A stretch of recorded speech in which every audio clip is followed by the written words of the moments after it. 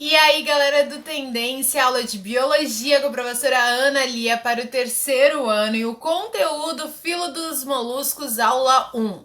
Amores, antes de começar a aula, eu gostaria já de pedir desculpa antecipadamente pelos possíveis sons que nos venham atrapalhar nesta aula. Porque o pessoal aqui da vizinhança resolveu no dia, no momento, na hora que eu liguei a câmera para gravar, a fazer a poda ali das suas plantinhas, então tá um barulho de motosserra. Aí quando eu fecho a janela, aí começa a dar aula. Aí quando começa a dar aula, liga a motosserra. Aí eu dá uma loucura. Então tu me desculpa se a gente estiver aqui dando aula e fizesse som, tá? Isso aí faz 1 minuto de meditação e ignora, foco nos moluscos. Meus amores, os moluscos, tu já sabe, né? Pelo amor de Deus, a gente só tá relembrando. São os animais de corpo mole. Quem são? Onde vivem? Hoje, aqui nessa videoaula. Nós temos nesse grupo um dos meus animais prediletos da vida toda, que é o polvo, né? Que é esse animal invertebrado, que evolutivamente não é tão desenvolvido, né? Teoricamente deveria ter assim, ó, animais muito mais inteligentes, espertos e tudo mais, mas ele desenvolveu uma inteligência, uma técnica, uma coisa louca. Então, nós temos que saber que todos os animais que estão dentro desse filo, eles possuem corpo mole. Alguns deles terão como forma de proteção concha. Tem alguns animais que têm concha externa, tem alguns animais que têm concha interna, tem alguns animais que não têm concha. Por exemplo, nós vamos já ver aqui, dando um spoilerzinho, a lesma. A lesma é um tipo de molusco gastrópode que não tem concha. Mas e o caracol e o caramujo? O caracol é o terrestre gastrópode com concha e o caramujo é o aquático. A concha serve principalmente para eles se protegerem dos predadores, como pássaros, no caso do caracol. A lesma, evolutivamente, ela sobreviveu sem a concha porque ela tem um gosto terrível, pavoroso. E os pássaros, eles não se alimentam delas, então por isso que ela conseguiu sobreviver. O polvo, ele não tem concha, a lula tem, interna, mas o polvo desenvolveu muitas outras estratégias de sobrevivência, inclusive, por favor, quem quiser saber um pouco mais, eu vou falar de novo depois, assista o documentário do Netflix, Professor Polvo. Aí você consegue ter uma noção, sem falar no YouTube, né? Joga no YouTube polvo e eu tenho até receio de mostrar, nos outros vídeos eu mostrei aqui uns vídeos do YouTube sobre o polvo e seus aspectos de camuflagem, que nem eu mostraria em aula. Só que aí, por direitos autorais, né, tá certo, bloquearam o meu vídeo, porque eu tava mostrando um vídeo dentro do vídeo, tá bom? Não sei se eu vou conseguir mostrar. Mas, dito isso, vamos às características embriológicas, que não há nenhuma novidade aqui. Eles são triblásticos, 3 tecidos embrionários, eles têm simetria bilateral, como há muitos outros animais que a gente tá vendo por último, que nem os artrópodes têm, né? Os plateumintos têm, nematelmintos têm, anelitos têm. Eles são protostômios, o que significa que a boca surge primeiro, o blastóporo origina a boca. E eles são celomados. Celomados é a mesma coisa do anterior, significa que eles têm 3 tecidos embrionários.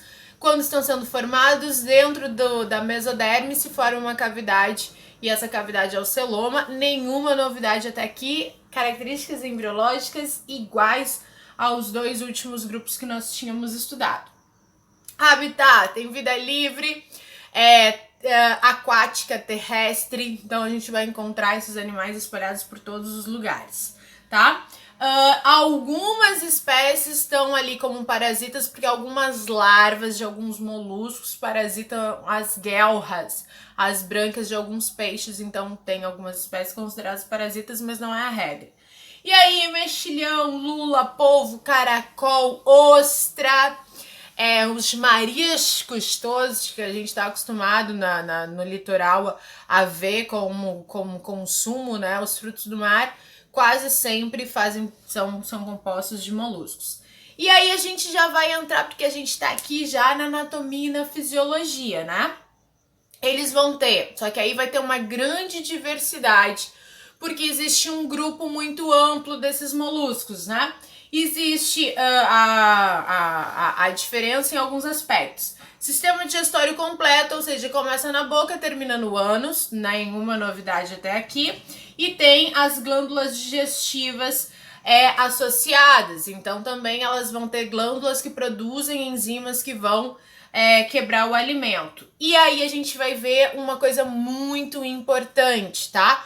Principalmente nos gastrópodes, que é a presença, e em alguns cefalópodes também, que é a presença de rádula. Tenho que saber isso, gente. Rádula é uma estrutura em espiral que fica próximo da boca, que serve, como eles são um animal de corpo mole, comem coisas mais durinhas, então a rádula, ela serve como um ralador, o nome tá dizendo, ou triturador. Era do céu, eu já cortei, já voltei, já cortei, já voltei, porque assim, ó, começa a falar, o cortador de grama é ligado do vizinho, aí eu paro, aí eu começo de novo, o cortador de grama começa, aí eu paro. Vamos ver se agora eu consigo dar continuidade na nossa aula. Jesus. Aí eu estava falando do sistema digestório. Depois do sistema digestório, com a presença de rádula nos gastrópodes e cefalópodes, eu já vou mostrar nessa aula antes da gente entrar profundamente, para te relembrar quem são os gastrópodes, cefalópodes e bivalves, né? Sistema circulatório, amores. O sistema circulatório é que a gente vai ter uma diferença. Nos mais desenvolvidos dos moluscos, que são os cefalópodes, o sistema circulatório é fechado, com presença de corações, o que permite que eles tenham uma baita agilidade, mobilidade, rapidez. Agora, se alguém te chama de lesma, tu já sabe o que ela tá te chamando. Tu é uma pessoa bastante lenta. Não se deve chamar o coleguinha assim, fique. Mas lesma é um bichinho legal, um bichinho desenvolvido. Só que o que acontece? Por que eles são lentos em relação aos outros animais? Porque o sistema circulatório deles é aberto ou lacunar, o que faz com que as substâncias circulem de maneira muito lenta e faz com que a agilidade deles não seja uma característica. Isso já foi uma pergunta bastante usada em vestibulares, porque sendo do mesmo filo, a lesma tem essa característica, enquanto que o polvo é ágil e rápido. Se relaciona ao sistema circulatório, tá? Que é fechado nos cefalópodes. O sistema respiratório presente, aqueles que são marinhos vão ter a presença de brânquias e os que são terrestres vão ter pulmões, que nem é o caso do caracol e da lesma, tá? Existe lesma marinha também, as nudibranques, tá? Existem lesmas aquáticas. Sistema excretor presente, excreção por nefrídeos, a gente tinha visto essa excreção lá nos anelídeos. E o sistema nervoso também presente, extremamente desenvolvido, que nós veremos, inclusive, esse desenvolvimento quando falarmos de cefalópodes, né? E, inclusive, eu já comentei com vocês ano passado que os neurônios de polvos e lulas, que são cefalópodes, olha aí, ó, eu vou continuar falando aqui, ó, mesmo com esse barulho.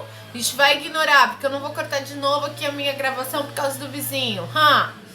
Os neurônios de polvos e de lulas, eles são utilizados até hoje no estudo, no estudo dos neurônios humanos, porque como as pessoas consumem eles para a alimentação, às vezes utilizam o sistema nervoso, retiram os neurônios para tentar entender algumas outras características do funcionamento neuronal. Isso pode ser aplicado também numa comparação com o ser humano, até porque os neurônios eles são um pouquinho maiores do que dos seres humanos.